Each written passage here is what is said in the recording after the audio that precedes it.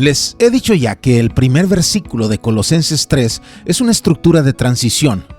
Es un puente que une lo doctrinal que viene antes y lo práctico que es lo que le sigue. Pero pon atención a lo que está subrayado porque vamos a retroceder un poco, vas a notar la conexión.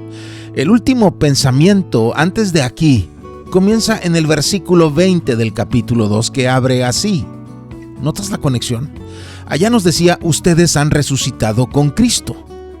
Y aquí nos había dicho, ustedes han muerto con Cristo.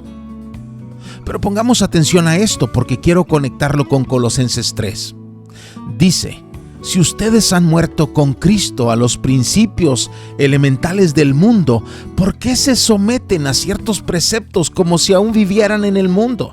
Es decir, si ya murieron a eso, ¿por qué siguen viviendo como si aún estuvieran ahí? Para entender mejor esta idea, lo que nos servirá mucho para entender mejor Colosenses 3, debemos entender esto.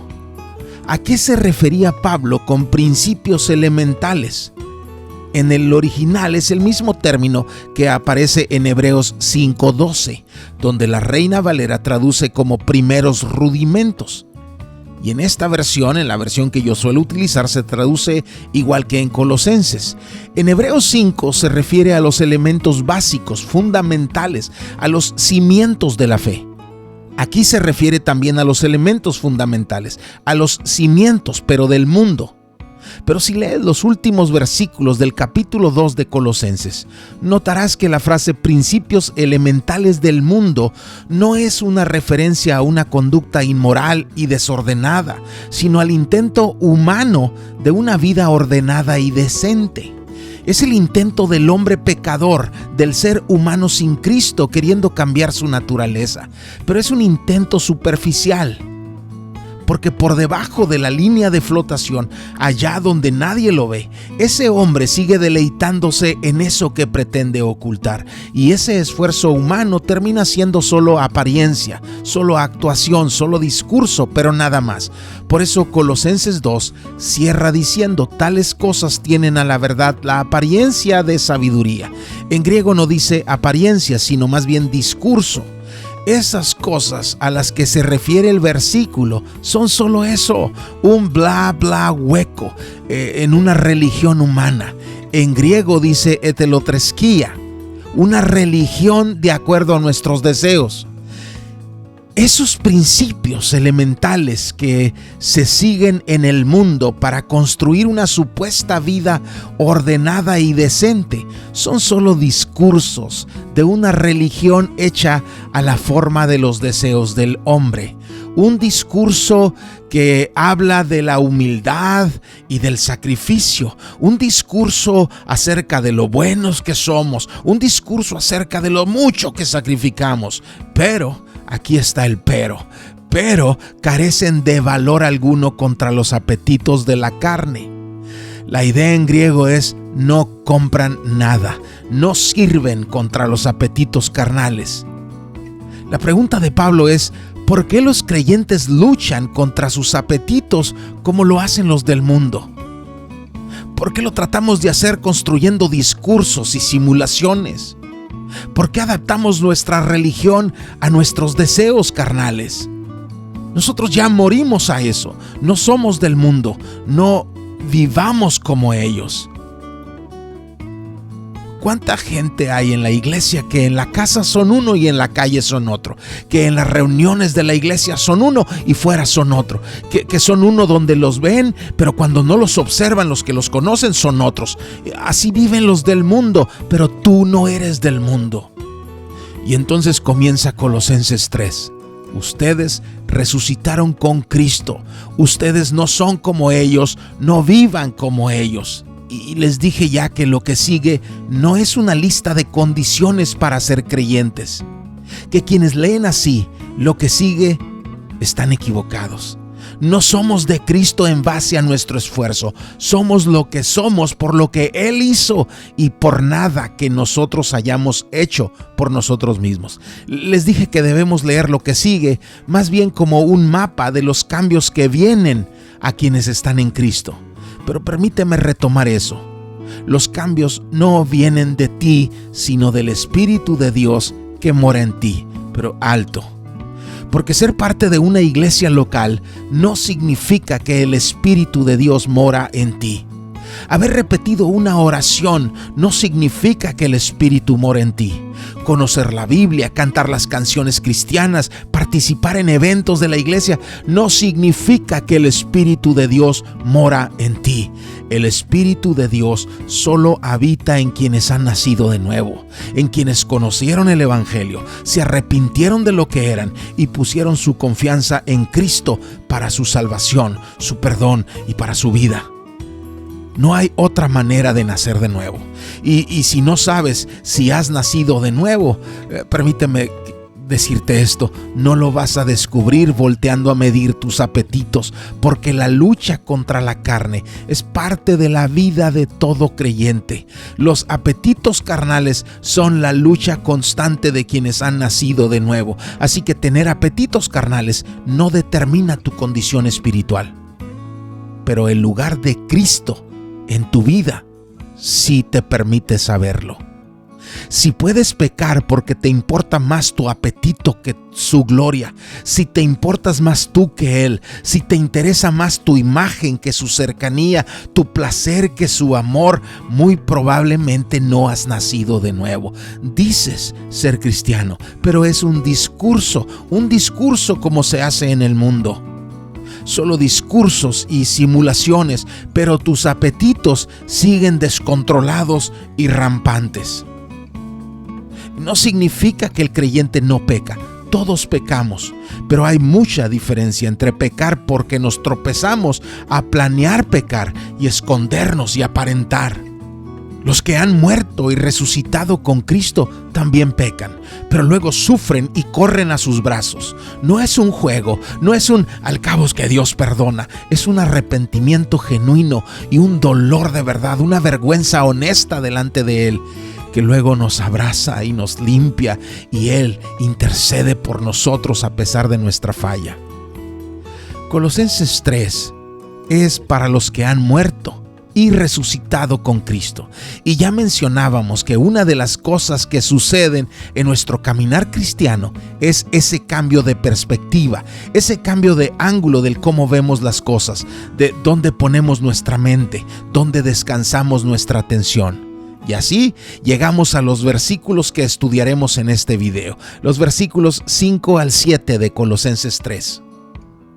Comencemos a escudriñarlos.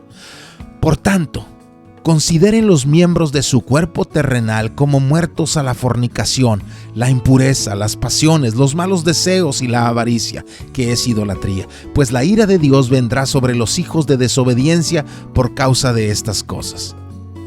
Aquí hay una lista de 2 cosas. Quizás tú dices, a mí no me salen las matemáticas esas. Aquí son más de 2 cosas. No, en griego hay 2 ideas. La primera tiene que ver con inmoralidad y nos describe características en ella. Y la segunda tiene que ver con la codicia y también nos explica un poco más acerca de ella. Ya les he dicho lo útil que es el término griego kai, que corresponde a nuestra conjunción y, como en azul y verde, arriba y en medio. En griego, aunque es un término también simple, es muy importante porque es un término amalgamador. Sí, como en el español lo sé, pero en griego es más enfática la función de conceptos. Y acá se intercambia a veces por comas, pero en griego nunca. Permíteme explicarlo mejor. Te daré este ejemplo. En Mateo 2:11 leemos lo que nos cuenta acerca de aquellos visitantes del oriente que vinieron y trajeron regalos al Cristo recién nacido. En español lo leemos como está en pantalla, pero si lo leyéramos en griego, veríamos que el término kai aparece varias veces. De hecho, el versículo comienza con un kai, lo que significa que este versículo no debió haberse separado del anterior, que es parte de una misma idea. La idea tomada desde el versículo 10 sería esta, que se regocijaron y entraron a la casa y se postraron para adorar y abrieron sus tesoros para ofrecerle oro y incienso y mirra. Y luego el versículo 12 también comienza con un kai. Y fueron advertidos en un sueño. En griego todo eso es una misma idea, que para entenderla se deben considerar todos sus elementos por separado y al mismo tiempo se deben considerar la suma de todos ellos. Cuando te encuentras un kai, significa que las ideas o los conceptos hermanados por él se suman para entender el pensamiento completo, y también nos ayuda a distinguir cuántas cosas suman la idea completa. Y si regresamos a Colosenses 3:5, veremos que aunque en nuestra perspectiva, en nuestra gramática o en nuestro lenguaje se mencionan lo que parecen ser varias cosas diferentes, en realidad solo son dos ideas. Una que gira, como te decía, en torno a la inmoralidad y la otra en torno a la codicia. Y permíteme explicarte algo acerca de las iglesias del primer siglo. Esas comunidades no tenían un ministerio infantil, otro de jóvenes, otro para adultos. Estos temas en la palabra se enseñaban desde al anciano más recorrido por la vida hasta al niño que aún no sabía mucho. Ahora construimos estos departamentitos, estas seccioncitas dentro de la iglesia que adaptamos según el asistente, según su edad, según sus gustos musicales. Los niños pintan, los jóvenes comen pizza, los adultos charlan con cafecito, cada grupo con su propio ambiente, su propia música, su propia decoración. Pero las congregaciones del principio no se organizaban así. No estoy hablando en contra de organizar grupos. Lo que quiero enfatizar es que, aunque sea difícil, todos los temas de la Biblia deben enseñarse a todos los miembros de la iglesia, porque así se hizo en la época apostólica. Claro, debemos ser cautelosos, prudentes, sensibles, pero debemos hablar de ello, porque cuando nosotros nos callamos, escucharán del tema en otro lugar y desde otra perspectiva. Y pueden caer en trampas sutiles del enemigo que quiere aprisionarles. Por supuesto que no se trata de ser explícitos o crudos, ya saben en qué sentido, pero sí debemos ser claros. La Biblia nos llama a quienes morimos y resucitamos con Cristo a cuidar estas dos cosas que atentan contra nuestros implementos. En griego se usa mele, un término que en la antigüedad se utilizaba para referirse a instrumentos, a utensilios, herramientas generalmente de guerra, cosas que se ponían en un barco, por ejemplo, para embestir enemigos, cosas que se ponían en la espada o en el escudo o en los zapatos o lo que fuera para añadir otra forma de agresión. Y Pablo usa ese término, esa idea, para hablar de dos cosas en nosotros que podemos usar para lastimar: nuestra sexualidad y nuestra codicia. Pero el problema no es la sexualidad. Tampoco son los anhelos de algo. El problema es cuando la sexualidad o la codicia están en asuntos terrenales. Por eso ya nos había dicho que quitemos nuestra mente de lo terrenal y la pongamos arriba donde está Cristo. La sexualidad que no se filtra desde una perspectiva en Cristo y la codicia que no se depura desde una perspectiva en Cristo son herramientas, son utensilios, son instrumentos, son implementos que traen daño.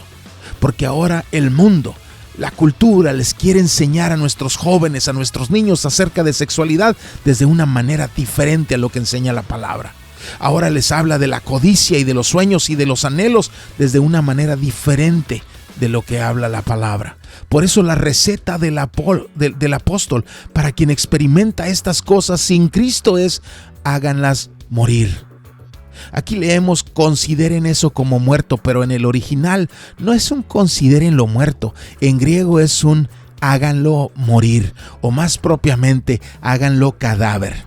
No significa hagan morir su sexualidad o hagan morir sus anhelos, como algunos grupos han sugerido o han intentado a lo largo de la historia eclesial. Significa hagan morir su sexualidad cuando es terrenal, es decir, cuando no es según Cristo, y hagan morir su codicia, sus anhelos, cuando no son según Cristo. Y nos da 4 características de una sexualidad sin Cristo. Las menciono sin repetir. La primera, en griego, es pornian, de donde viene pornografía. Originalmente se usaba para la prostitución, pero ya para los tiempos de Pablo se usaba para referirse a la promiscuidad en general. Por eso algunas versiones la traducen como inmoralidad. La segunda, en griego, es algo sucio, algo no limpio. La tercera, en griego, es algo solo pasional, sin afectos genuinos, sin compromisos permanentes. La cuarta, en griego, significa emociones malas o malvadas. La sexualidad sin Cristo es eso. Y luego nos habla de una sola característica acerca de los anhelos cuando ellos no están en Cristo. Esos anhelos que no están en Cristo son idolatría. Son culto a un ídolo, son sometimiento, adoración, exaltación de un Dios falso. Es quitar al Dios verdadero del trono y sentar en su lugar a algo que nace en un corazón lejos de Él. Eso, todo eso, es a lo que Pablo nos dice, háganlo morir. ¿Por qué? Porque ya no somos lo que éramos. Pero hay un problema aquí para ciertas escuelas de interpretación. ¿Recuerdan que el capítulo anterior cierra diciéndonos que ya morimos en Cristo? ¿Cómo es que entonces aún nos quedan cosas en nosotros que tenemos que hacer morir? ¿Entonces no morimos realmente? Mira, Colosenses 2:13 nos dice que antes de Cristo estábamos muertos en nuestros delitos y que Dios nos dio vida con Cristo perdonando nuestros delitos. Un versículo antes nos dijo que fuimos sepultados con Cristo. Pero ya para cuando cerramos el capítulo 2, no nos habla de una muerte total. Literalmente la frase es: ustedes han muerto con Cristo a los principios elementales del mundo, de lo que ya hablamos. Nuestra muerte espiritual es ese estado de donde Dios ya nos sacó. Y la resurrección espiritual es algo que ya se efectuó en nosotros, pero la muerte de nuestra carne, de nuestra naturaleza corrompida, es otro asunto. Antes de Cristo estábamos muertos espiritualmente, separados de Dios, pero nuestra carne vivía en sus deleites. Estábamos muertos, pero nuestra carne estaba, entre comillas, viviendo. Es una argumentación interesante la que usa Pablo. Estábamos muertos espiritualmente, pero nuestra carne estaba viviendo. Pero ahora estamos vivos en el espíritu, pero nuestra carne debe estar muriendo. Sigue viva, pero cada vez muere más en ella, o al menos eso debe estar pasando. Romanos 7 nos muestra esa guerra entre nuestros anhelos en Cristo y nuestros deseos carnales. Estamos vivos y nuestra carne sigue ahí queriendo seguir como vivía antes de Cristo. Por eso Pablo le escribió a los de Galacia: digo pues, anden por el Espíritu y no cumplirán el deseo de la carne, porque el deseo de la carne es contra el Espíritu, y el del Espíritu es contra la carne, pues estos se oponen el uno al otro, de manera que ustedes no pueden hacer lo que deseen. Hay una guerra, y Pablo les explica que el actuar de la carne es evidente: inmoralidad, impureza, sensualidad, idolatría, hechicería, enemistades, pleitos, celos, enojos, rivalidades, disensiones, herejías, envidias, borracheras, orgías y cosas semejantes, contra las cuales, dijo Pablo, les advierto, como ya se los he dicho antes, que los que practican tales cosas no heredarán el reino de Dios. Pero por favor, subrayen practican, porque a veces tropezarás con algo de ello, pero eso no es practicarlo, no el término original. La práctica es el quedarse ahí o el regresar a eso en varias ocasiones. Y esto que digo no es un permiso para pecar. Ya antes mencioné más sobre esto y lo he mencionado muchas veces a lo largo de muchos años. Pero eso es el pensamiento bíblico. Así enseña la Biblia. Y quien se moleste con eso, lo entiendo. Pero permítame mostrárselo en Colosenses. Ya leímos que debemos hacer morir la inmoralidad y la codicia. Y luego nos dice: pues la ira de Dios vendrá sobre los hijos de desobediencia por causa de estas cosas. La ira de Dios se derramará sobre quienes viven así. Pero luego nos dice que para nosotros eso es asunto del pasado. Y sin embargo también nos dijo: háganlas morir. Entonces, son cosas de su pasado donde ustedes vivían. Ya no viven ahí, ahora viven en Cristo. Fueron, recuerden, resucitados en Cristo. Ya no viven donde estaban antes, ya viven en Cristo, pero ahora hagan morir aquellas cosas. Parecen incongruencias hasta que entiendes que haber resucitado en Cristo no significa que todo aquello desapareció de nosotros. No, fuimos perdonados, fuimos comprados, fuimos resucitados en Cristo y Dios no se acuerda más de nuestro pecado. Y fuimos hechos completos en Cristo, dice Colosenses, pero todavía debemos lidiar con los residuos del ayer. Y la receta, repito, es: hagan morir todo eso. Estábamos muertos sin Cristo, pero algo estaba vivo: nuestros apetitos carnales. Ahora estamos vivos en Cristo, pero algo está muriendo en nosotros: nuestros apetitos carnales. Si no lo entiendes, esto nos habla de un proceso, de una maduración, de eso que veíamos en el video de la manzana del video anterior. Pero hay estas dos áreas en las que debemos poner atención porque debemos hacerlas morir: la inmoralidad y los anhelos lejos de Cristo. El problema es que el, entre comillas, cristianismo moderno nos trajo una relajación moral. Y lo que enseño puede entenderse como parte de esa corriente que repudio, pero no. Apocalipsis nos llama a que el que esté limpio se limpie más y que el que esté sucio se ensucie más. Ese es el llamado de Cristo a su iglesia. Pero ponle atención, podemos estar limpios, pero siempre hay cosas que podemos limpiar más. O sea, hay cosas que aunque limpias no están del todo limpias. Y hay otros que están sucios, pero tienen residuos de limpieza en ellos, por lo que aún pueden ensuciarse más. Estos últimos ven esos residuos de limpieza que tienen y se quieren creer parte del otro grupo. Pero Dios conoce la intención de ellos. No importa que justifiquen su suciedad con esos residuos de limpieza, son sucios y Cristo les llama a ensuciarse más. Pero los otros son limpios, aunque hay cosas que pueden limpiar más. Ellos tienen residuos de impurezas, pero no son como el otro grupo. Ellos, aunque con algo de suciedad, se limpian constantemente. Entiende el panorama. Unos caminan hacia la suciedad, la inmoralidad, el pecado. Los otros, aunque pasan por donde mismo, van en el sentido contrario. Y eso es parte del lenguaje bíblico, es parte de las enseñanzas de los apóstoles. Pero entiendo que la iglesia, desde sus primeros siglos, haya producido monasterios, porque la corrupción de algunos hizo que otros quisieran encerrarse lejos del mundo y concentrarse en asuntos que ellos decían más espirituales. Son buenas intenciones, el problema es que eso nos saca de donde pertenecemos, nos alejan de donde fuimos llamados a vivir. Cuando Cristo oró por los suyos en Juan 17 dijo: no te ruego que los saques del mundo, sino que los guardes del maligno. Antes había dicho: ya no estoy en el mundo, pero ellos, nosotros, sí están en el mundo, guárdalos en tu nombre.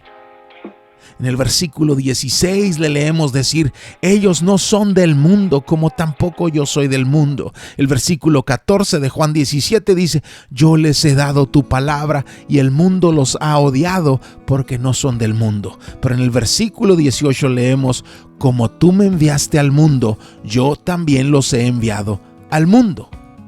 Ahí está nuestra misión. No está en alejarnos del mundo, sino a ir al mundo siendo diferentes que él. ¿Cómo lo hacemos? El versículo 17 de Juan 17 dice: santifícalos en la verdad. Sepáralos, ponlos aparte, distínguelos. ¿Cómo? En la verdad. ¿Cuál es la verdad? Y ahí nos dice: tu palabra es verdad. No somos del mundo, por eso morimos a los rudimentos del mundo.